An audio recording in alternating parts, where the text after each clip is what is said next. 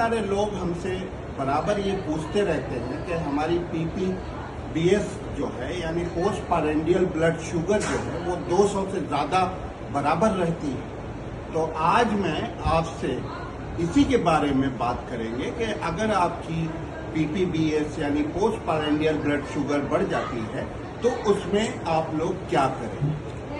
तो नमस्कार, मैं doctor Mehar Abbas, senior consultant cardiologist and diabetes reversal coach.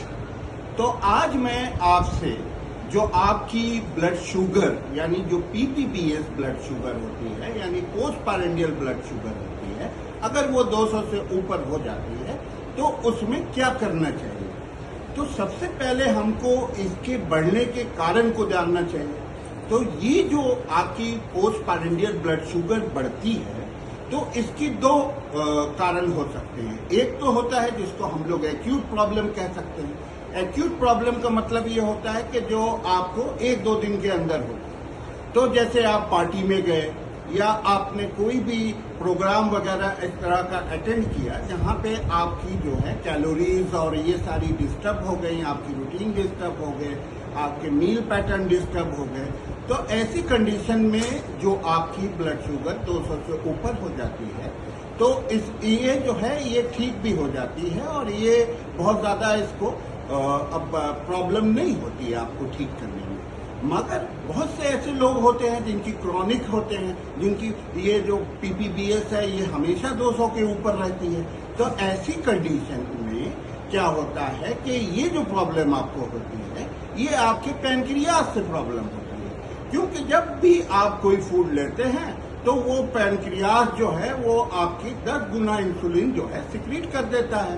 मगर अगर आपको क्रॉनिक डायबिटीज है, आपको 10-15 सालों से आपको डायबिटीज है, तो आपका जो पैनक्रियाज है वो कमजोर हो जाता है।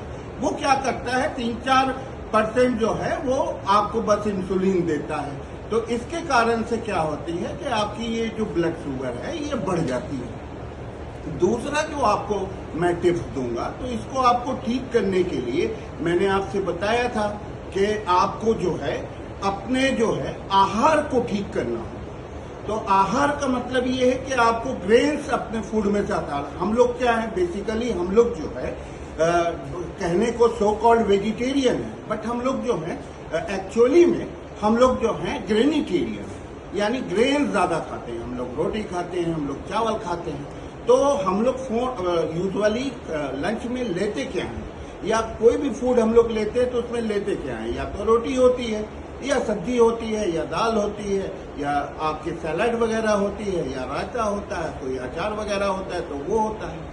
तो इसमें करना क्या है कि जो हम आपको आज टिप्स देंगे वो ये कि आप 25% जो है अपने उसको कंट्रोल कर लें, अपनी कैलोरीज को कट शॉर्ट कर लें। आप उसमें से जो है कार्बोहाइड्रेट को अलग कर लें। तो अगर आप जो है अपनी कार्बोहाइड्रेट को कम कर लेते हैं और जो आपकी बाकी ये जो आपने कट शॉर्ट किया कैलोरीज को, इसको अगर आप एसेंशियल फैट से या आप जो है प्रोटीन उसकी जगह पे ऐड कर लेते हैं, जैसे प्रोटीन में आप नट्स एंड सीड्स वगैरह का इस्तेमाल कर सकते हैं और जो एसेंशियल फैट है उसमें आप बटर का इस्तेमाल कर सकते हैं, आप देसी घी का इस्तेमाल कर सकते हैं।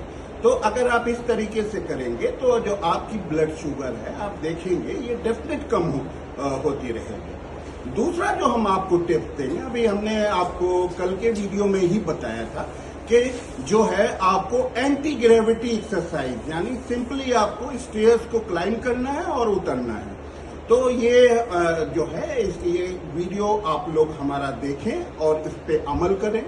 और दूसरा जो मैं आपको बताऊंगा इसमें जो है आपको सोलियस पंप यानी आपके काफ मसल वाली एक्सरसाइज है।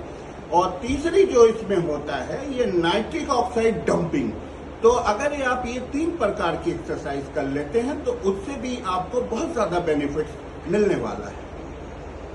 तीसरी जो चीज आप इसमें कर सकते हैं वो ये कि आपको जो है अपनी ईटिंग हैबिट को दुरुस्त कर लेना है।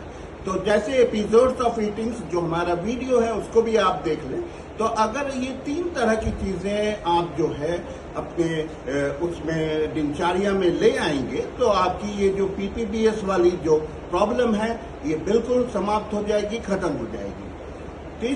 और एक इम्पॉर्टेंट बात, बहुत से लोगों का ये रहता है कि हमारी जो है फास्टिंग शुगर जो है ये आपकी 200 के ऊपर चली जाती है, 140 के ऊपर चली जाती है। तो ये जो प्रॉब्लम होता है ये एक्चुअली लीवर से प्रॉब्लम होता है। तो इसके बारे में हम लोग बाद में बात करते हैं।